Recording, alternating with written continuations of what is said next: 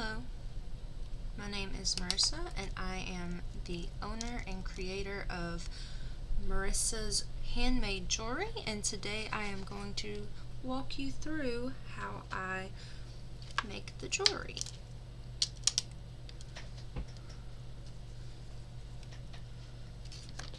For necklaces I use the silver beading wire. As you can see, I already had my design set up and the clasp already tied onto the wire. And now I am just putting the beads onto the string.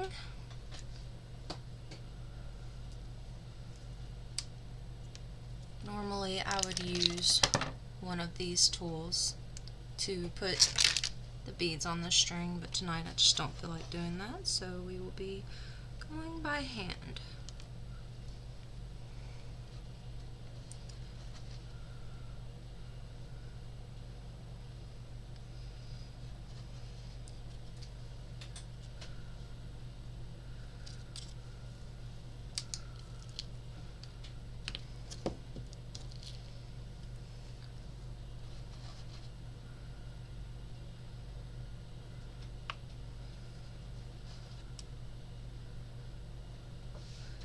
Now normally it takes me a day, maybe two, to come up with designs for the jewelry, but it took me about a week to come up with sea life, seashore type designs.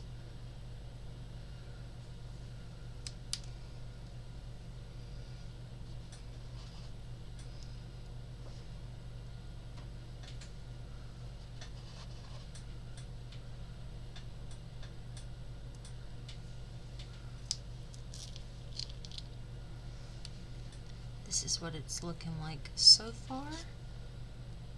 It's nice, elegant, simple.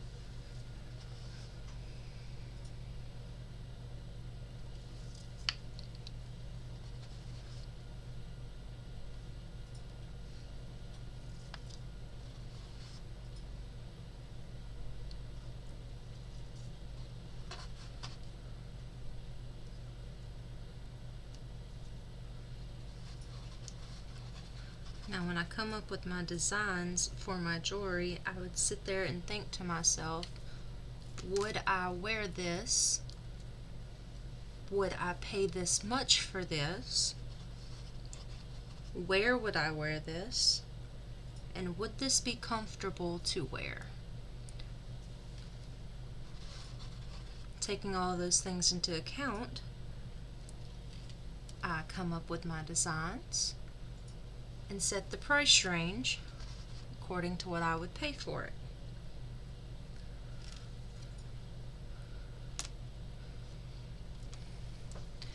Now that we are halfway finished with the necklace, this is what it's coming out to be.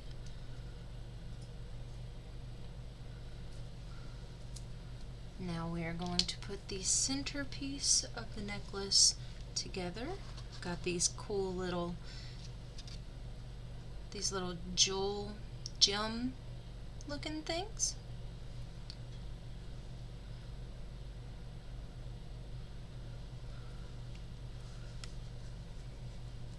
It's going to really tie the necklace together.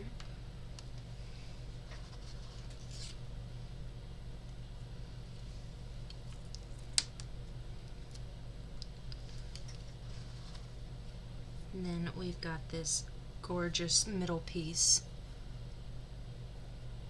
to bring it home.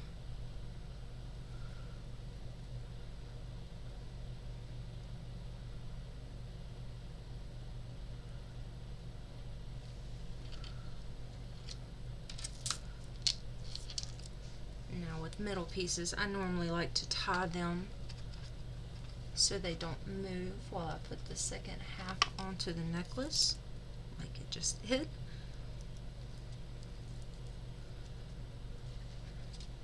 And what I'll do is I will take the cord and stick it through the hoop like so. And I will pull it out, making sure not to get the rest of the necklace caught into the cord, like so, keeping it as close to my fingers as possible. That way it does not move.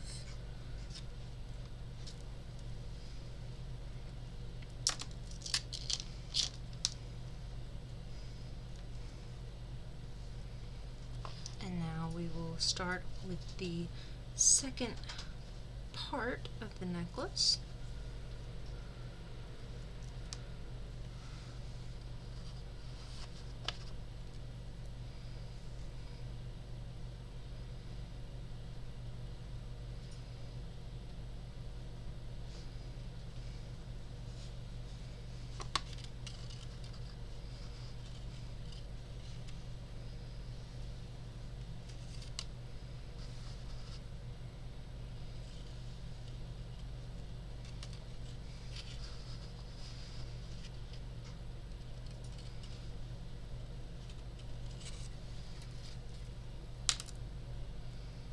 It's coming together quite nicely.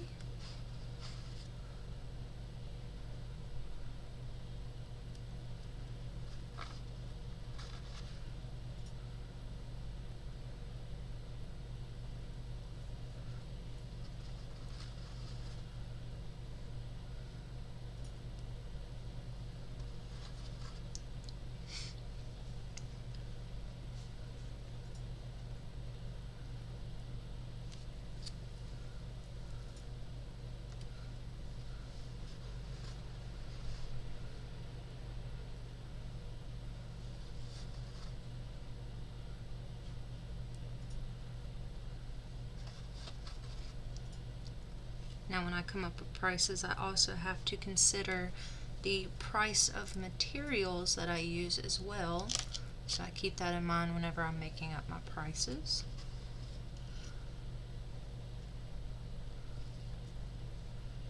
I also like to do a little research and see exactly how much somebody else would price a jewelry type like this.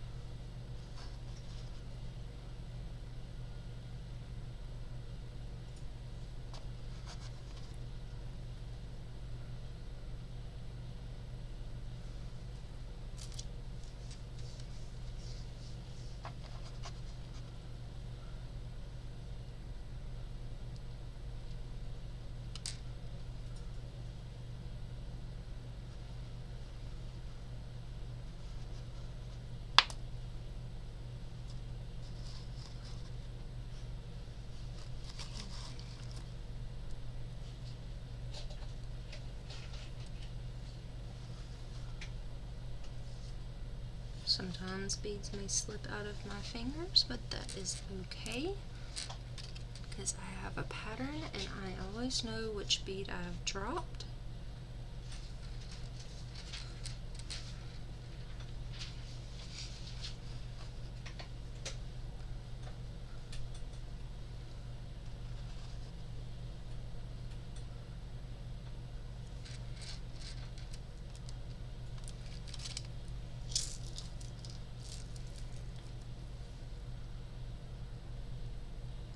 This is what it's coming out to look like.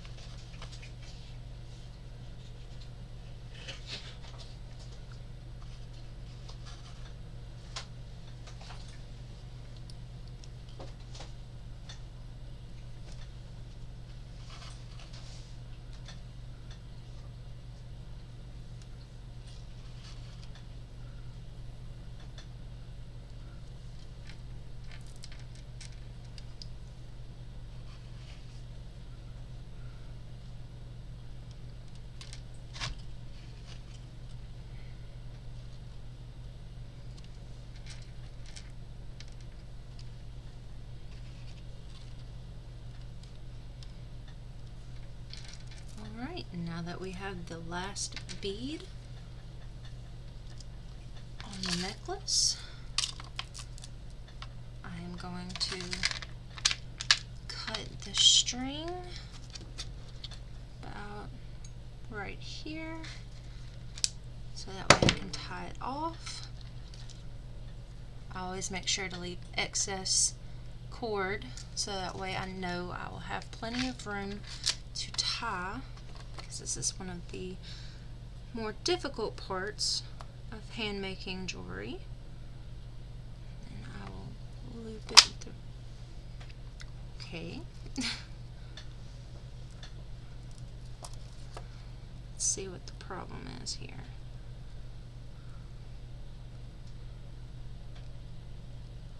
Okay. So normally when that happens, it means one of two things. I either A, missed the loop, or B, in this case, the loop has a little spot in it where it needs to not be, and I have to close it back up. Which is not a problem. I have the tools to do this. Grab it right here with this tool, like so, and then I will reach over here to grab this one to assist in closing it up. Now with these smaller loops, it is a little bit more difficult to close.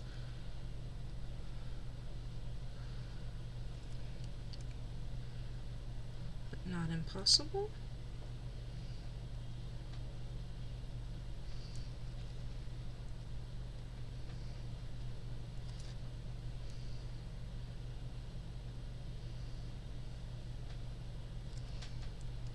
Just takes a minute to find the right way to close it up.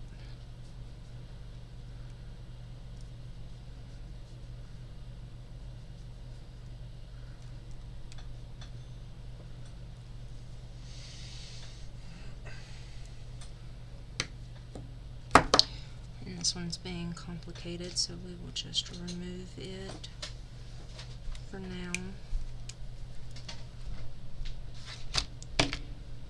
Because we don't absolutely need to have it on there, because there is a little loop already attached to the clasp.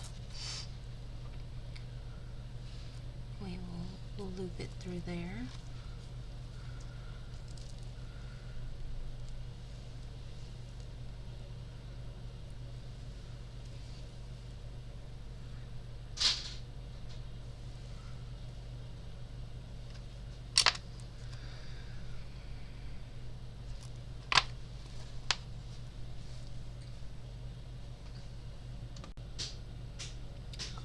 Okay, so as I was tying off the clasp, I like to put it around my neck to make sure it's measured correctly, and it was not. So I had to go back and completely redo the whole thing and add a couple more beads to where it would be measured correctly. So I am getting enough beading wire that way I can make sure it is done the right way. Make sure I get an excessive amount of it off so that way I have room to tie the clasp back on, because I had to unfortunately take that off, and it is the hardest part for me to do. Alright, I think that's enough. So what I'm going to do is, if I can get my camera where I need it to be. There we go. I'm going to take it right here and I am going to snip it, put that aside, and now I have a longer piece of wire than what I did have, and I'm going to tie this clasp. I'm going to do it a different way than I did it the last time though. I'm going to start with this end and tie it. If I could get my fingers to do what I need them to do. There we go. And I make the tie like that. And then I will grab this end with my hands and then grab this end with a tool and pull it so it's nice and tight. And then I will make a few more knots so that way I can assure that it will not come undone. Pulling it tight, but not tight enough to break the cord. That's important.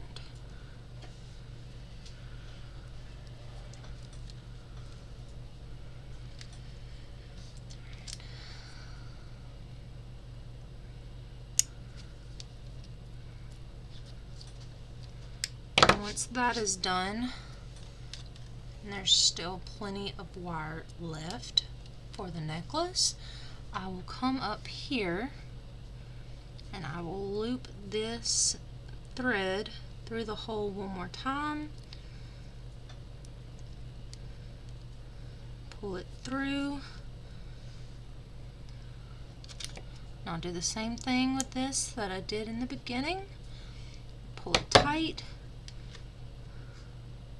and sometimes it likes to tie in the wrong spot, so I gotta pull it towards the middle, and then I like to tie another knot around it the regular way so that way it doesn't move again. Alright.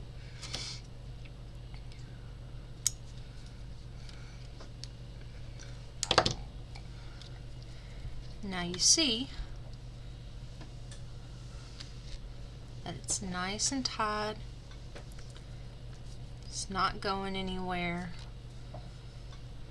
So we'll take our snippy pliers and get right up here next to this gold part of the clasp and cut it. That way there's no sticking of the cord. Come on, there we go. There's nothing poking out. And then we will go back through the process of putting the beads on the wire, like so.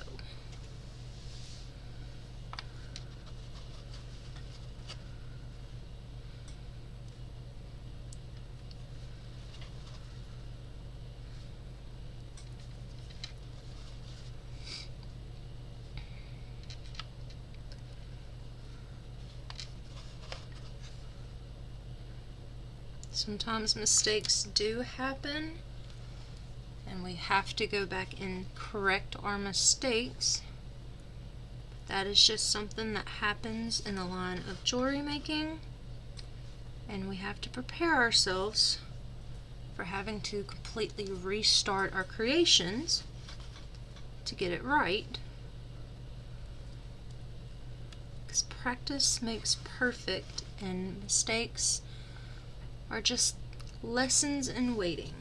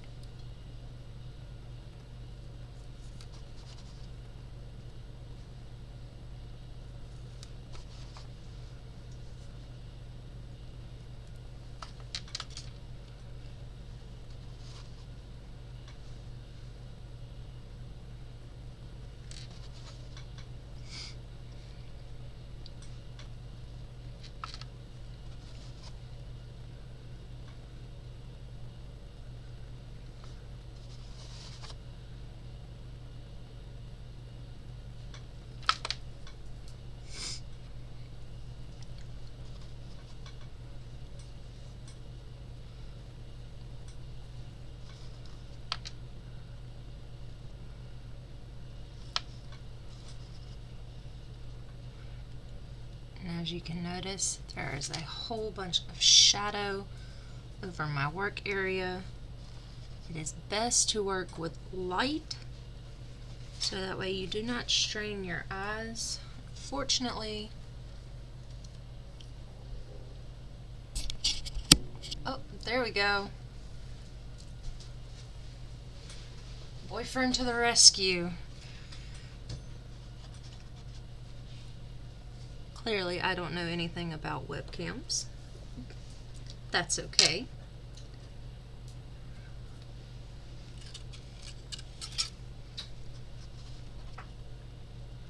Now there's still some shadow, but not as bad, and I can actually see what I'm doing. So maybe this time I will not have to start over.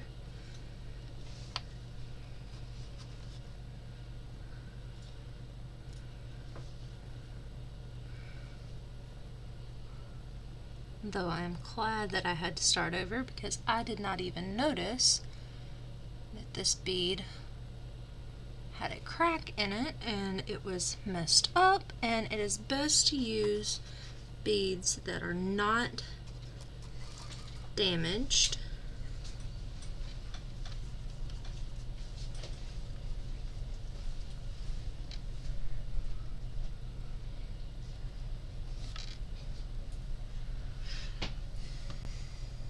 It's best to use beads that are not damaged, huh?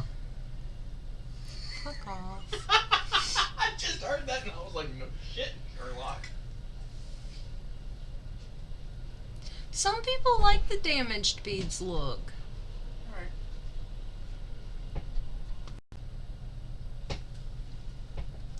Okay. Now that I have replaced that bead,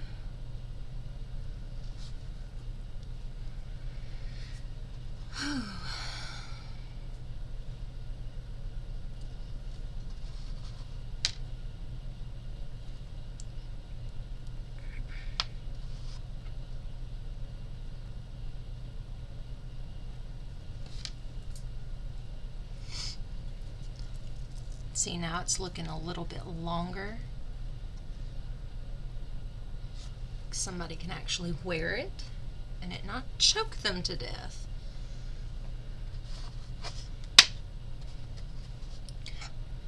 That'll also happen a lot. You will also drop your beads if you're doing it with your hands instead of a tool, but it's much easier for me to hold on to them with my hands instead of the tools. And that's okay.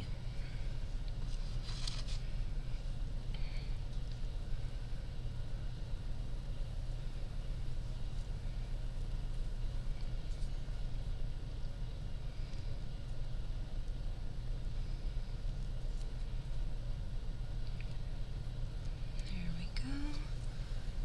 Bring it to the middle. And then we will go back and loop it again, like so, all the while making sure that this part is as tightly set as possible so that where there's no irregularities. There we are, and that is the necklace halfway through. It's beautiful, beautiful.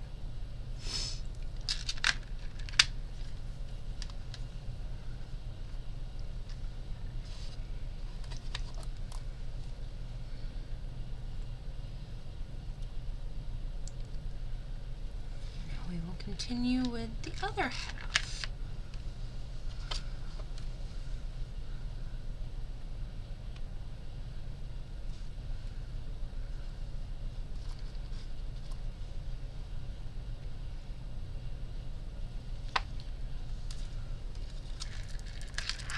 Put it back on the other side.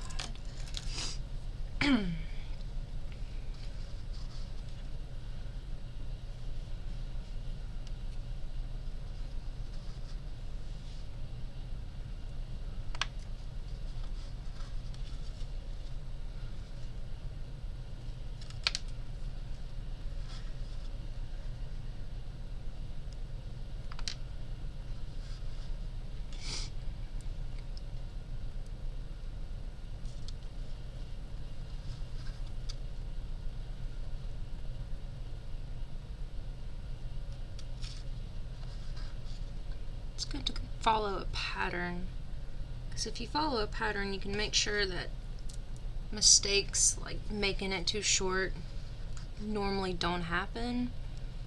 But with these smaller beads, it's more likely to happen, especially when they like to turn up on their side instead of laying down flat. And that's okay. Trial and error is key in this line of business. You just gotta make sure that everything is the way it needs to be before you start selling it to other people. That way you don't get complaints.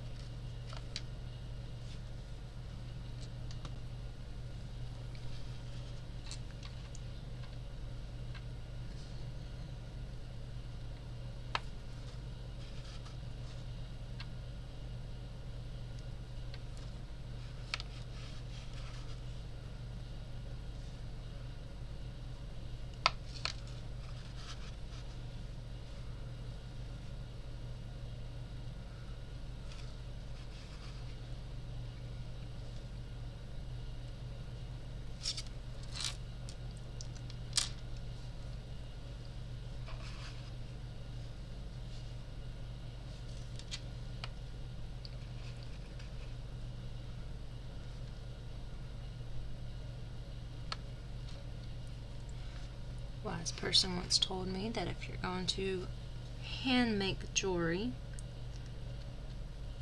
and sell it, you have to be extremely patient.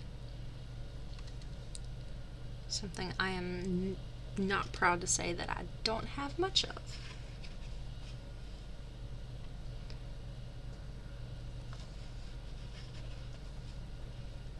However, I am getting extremely better at being patient. Alright, now that we have finished putting the beads on the wire, we'll do another check to make sure it is long enough.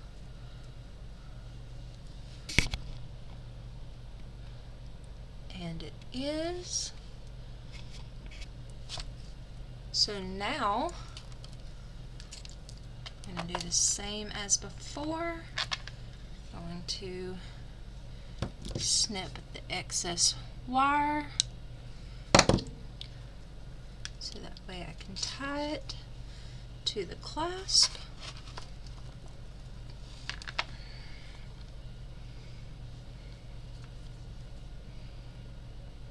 Like so.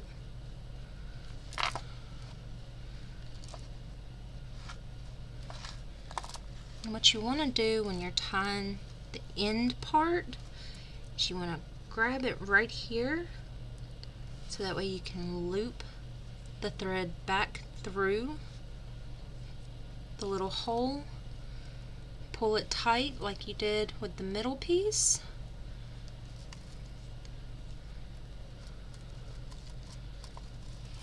like so.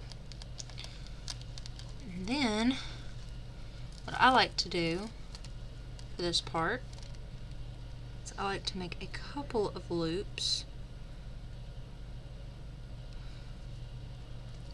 but as I go through I like to make a knot,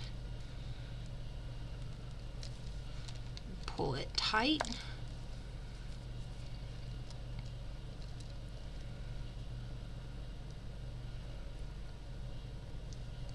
that way you know it's not going to come undone. It's sturdy, it's reliable.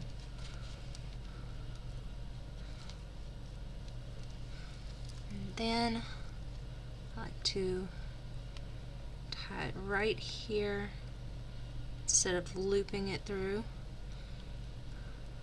Tie it, and then I will take pliers and make sure it's nice and tight, and then loop it one more time.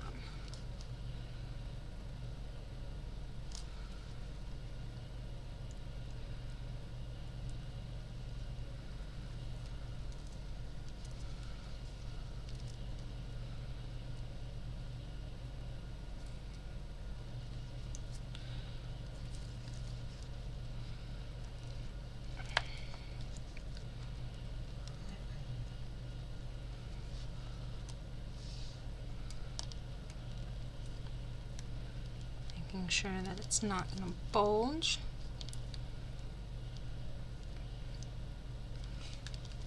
Alright, and then I will take the snip pliers and again get real close to the gold part and snip it off. And that is how I make my homemade, handmade necklaces. And this is the finished product.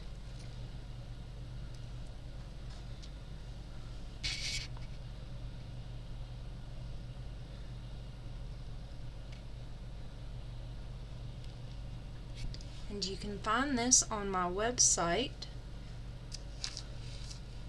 The link to that is in the description below. And I will see y'all next time.